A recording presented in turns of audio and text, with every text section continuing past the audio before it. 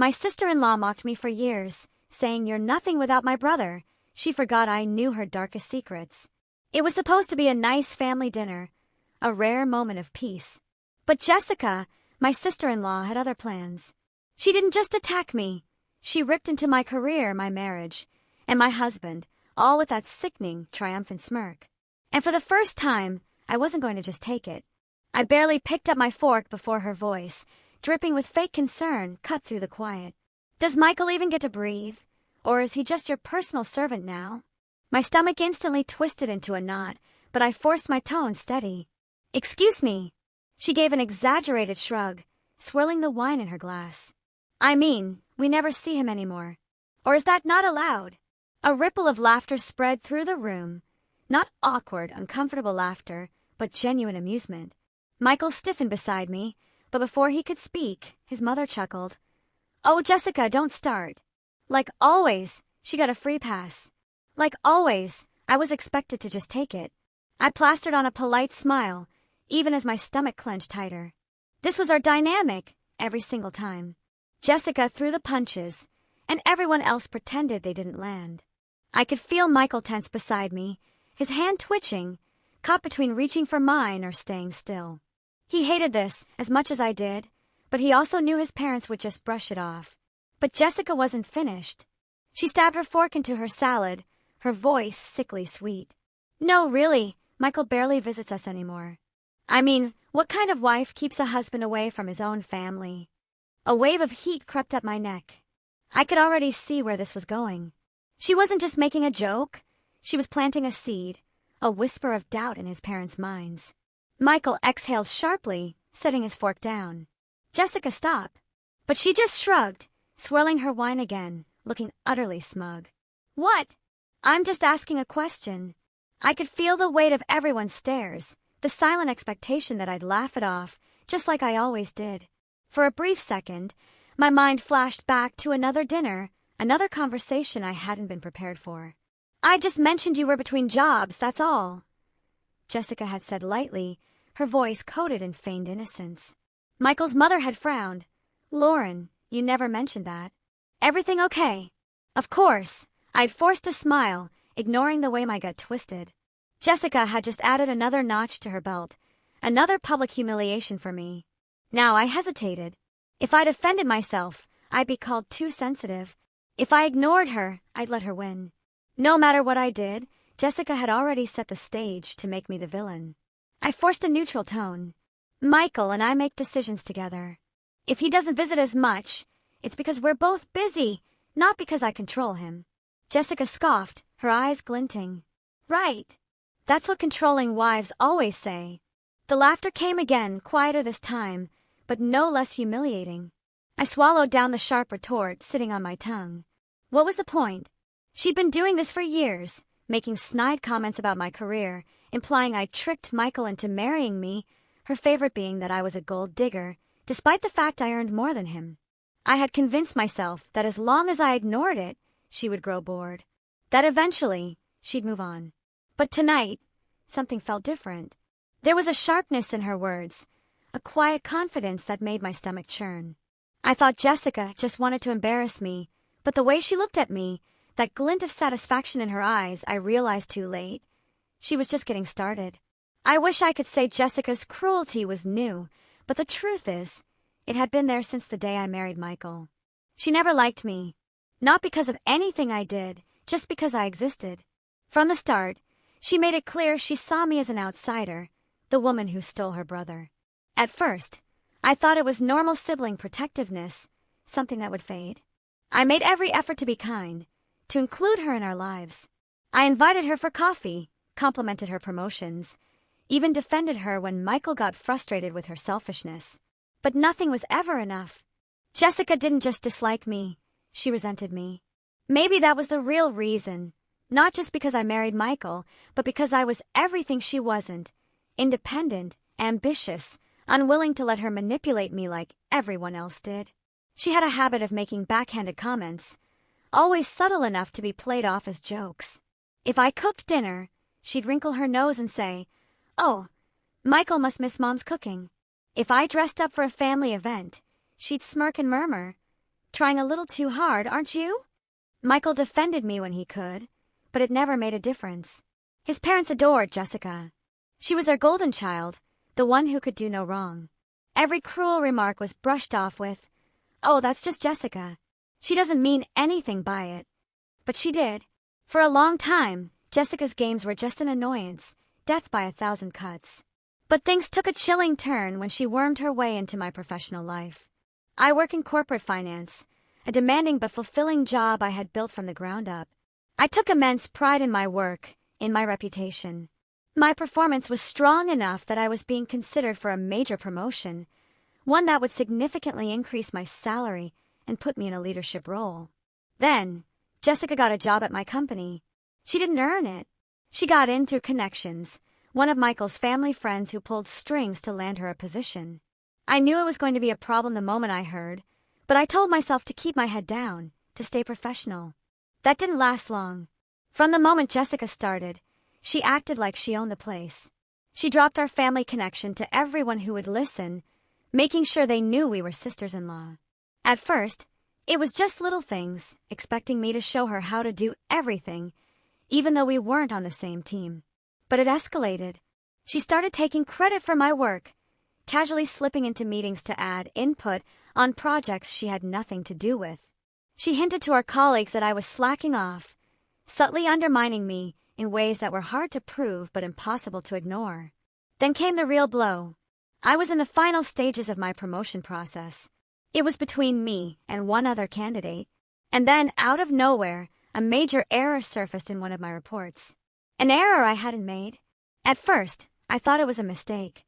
I stared at the report, my breath catching in my throat. The numbers didn't add up.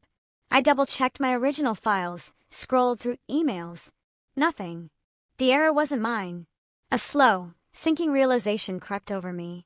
Jessica. My pulse pounded in my ears. I could already picture her smug face, the way she'd shrug and pretend it was an accident. I wanted to run to my boss, to demand they check the access logs, but I knew Jessica was too careful. She had covered her tracks, just enough that there was no direct evidence. When I confronted her about it privately, she just smiled and said, "Wow, that's unfortunate. Hope it doesn't cost you that promotion." I wanted to scream, but I knew that if I lashed out, it would only play into her hands. And it worked. The company decided to go with the other candidate. I lost my promotion. Jessica walked away without a scratch. That should have been enough. That should have been where she stopped. But Jessica didn't just want to ruin my career. She wanted to ruin my marriage, too. A week after I lost the promotion, I noticed something was off with Michael's parents. They were colder toward me, their usual polite smiles tinged with disapproval. At first, I brushed it off. Then I overheard Jessica on the phone in the next room. "I just don't think she's good for Michael," she whispered, her voice thick with false concern. "She's so controlling. And I mean, she barely even contributes financially." My blood ran cold. I wanted to storm into the room and demand she say it to my face. Instead, I turned to Michael that night, my voice shaking as I told him what I had heard. He hesitated before speaking, rubbing the back of his neck. "They've been asking me weird questions lately about our finances, about whether I feel isolated." He sighed, eyes flicking toward the floor. I crossed my arms. "And what did you tell them?" My voice was tight. "That it's not true," he said quickly, but something in his tone, some small flicker of hesitation, made my stomach twist. Michael was on my side. I knew he was, but Jessica had done what she always did, planted a seed of doubt. I exhaled sharply. "She's trying to turn them against me." Michael ran a hand down his face. "I'll talk to them." He did, and they swore they didn't believe Jessica, that it was just family talk. But I could see it in their eyes. The seed had been planted. Then came the absolute breaking point. A mutual friend reached out to me with a warning. Jessica had been gossiping about me to extended family. She told them I was mooching off Michael, painting a picture of me as some lazy, manipulative wife who spent his money while he worked himself to the bone. She even went as far as to accuse me of financially exploiting him, despite the fact that I earned more than him and had never once taken a cent from him unfairly. This wasn't just family talk anymore. This was character assassination. That was when I knew Jessica wasn't just trying to make my life difficult. She wanted to destroy it. I should have seen it coming. Jessica never stopped at small wins. She wanted to break me, to see me unravel piece by piece until there was nothing left. But this time, she went too far. I was on the verge of that promotion, remember? Until my manager called me into his office. There's been a serious error in your report. I frowned. That's impossible. He turned his monitor toward me. The numbers were wrong. I stared at the screen, my pulse pounding. The error wasn't in my files, only in the version submitted under my name. Jessica. I knew it instantly. She had accessed my files, altered the numbers, framed me. My stomach clenched. But my manager's next words stopped me cold. We checked the system logs. Someone else used your credentials to make the edits. Relief surged through me, immediately followed by pure fury. I had proof. Jessica had been careless, and now I was going to bury her. That night, I sat on the couch, fists clenched, as I told Michael everything. The false report, the system logs, the undeniable proof that Jessica had been behind it all. Michael listened, his jaw tight. She's trying to ruin your career. I exhaled sharply, and she almost succeeded. He rubbed his temple. She's gone too far. Before I could respond, his phone buzzed. His mother. We need to talk. I didn't even need to ask what it was about. They weren't calling to confront Jessica. They were calling to confront me. When we arrived, Jessica was already seated, her expression practiced and calm. Michael's mother clasped her hands together. We need to address this tension in the family. I crossed my arms. You mean Jessica's lies? Jessica gasped, feigning hurt. I don't want to cause drama, but I just feel like... No. My voice cut through hers. Enough. No more acting like you're innocent. Her face twisted. You're paranoid. I pulled out my phone and turned the screen toward them. This is the IT report from my company. It proves someone accessed my files under my login. Guess whose credentials were used? Silence. Michael's mother shook her head. That doesn't sound like Jessica. Jessica had the audacity to laugh. You're seriously accusing me of hacking? That's ridiculous. Michael's voice was ice. Don't lie, Jessica. Jessica's face flickered with real fear for the first time. You've been trying to destroy my marriage for years, Michael continued, his voice low and sharp. But this? You tried to ruin her career. Jessica's expression hardened. You're choosing her over me? Michael didn't hesitate. Yes. And that was it. The moment everything changed. Jessica looked around, waiting for someone, anyone, to defend her. No one did. Michael's father looked away. His mother sat in stunned silence. Jessica's hands clenched into fists. You're turning them against me. Michael didn't blink. No, Jessica. You did that yourself. She shot to her feet, rage twisting her face. You'll regret this. Then she stormed out, slamming the door behind her. The silence she left behind was deafening.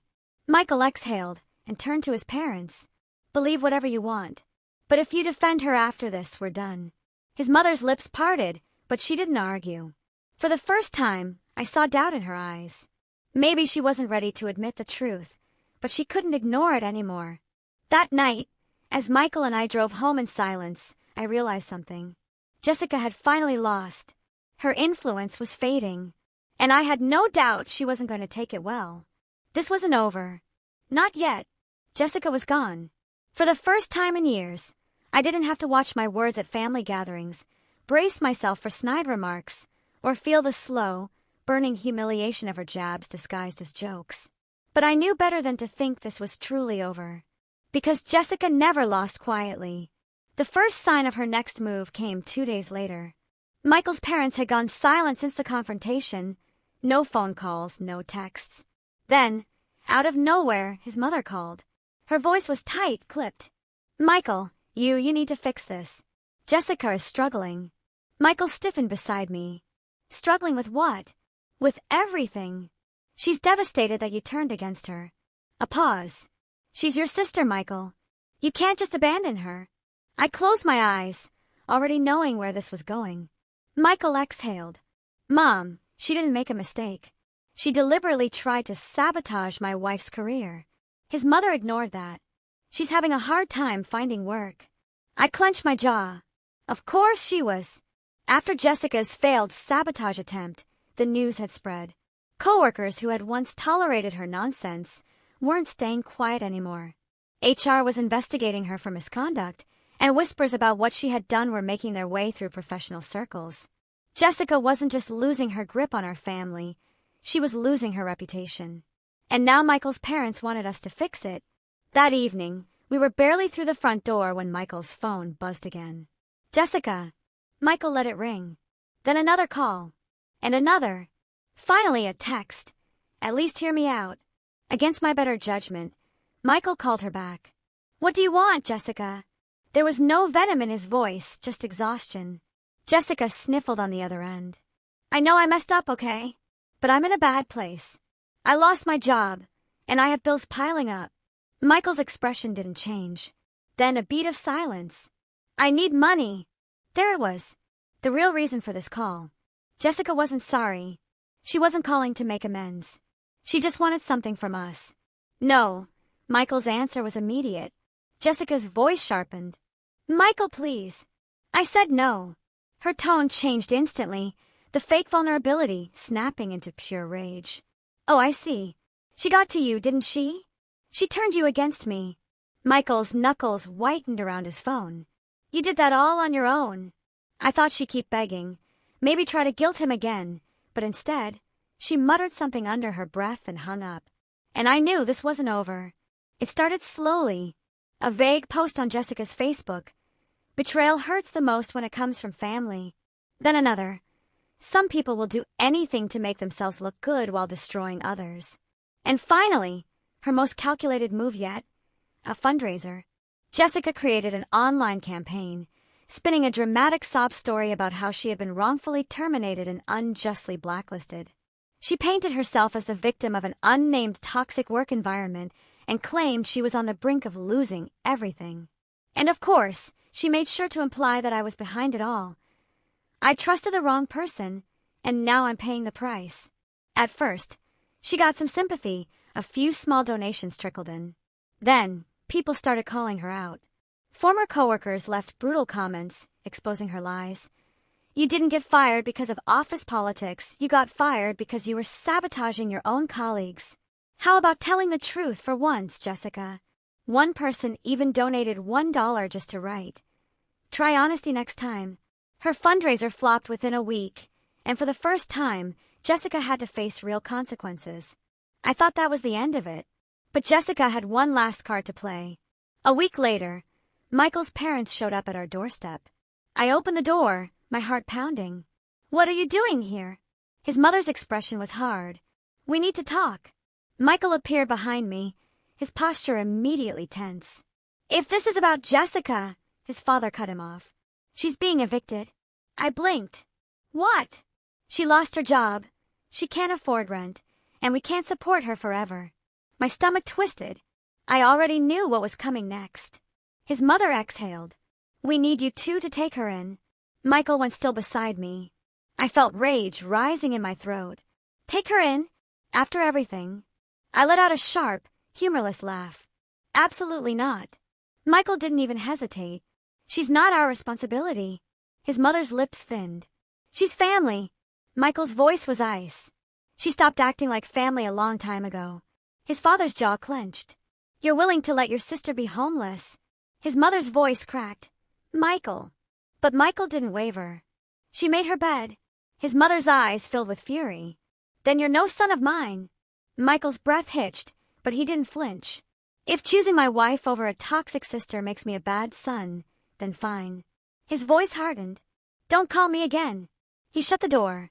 I stood frozen, my heart hammering, waiting for him to break. Instead, Michael turned to me and exhaled slowly. We're free. And for the first time in years, I believed him. Jessica was gone. Michael's parents had made their choice. And for the first time in years, I wasn't looking over my shoulder, waiting for the next attack. But freedom didn't come with fireworks or celebration. It came with silence. Michael's parents stopped calling. At first, it stung.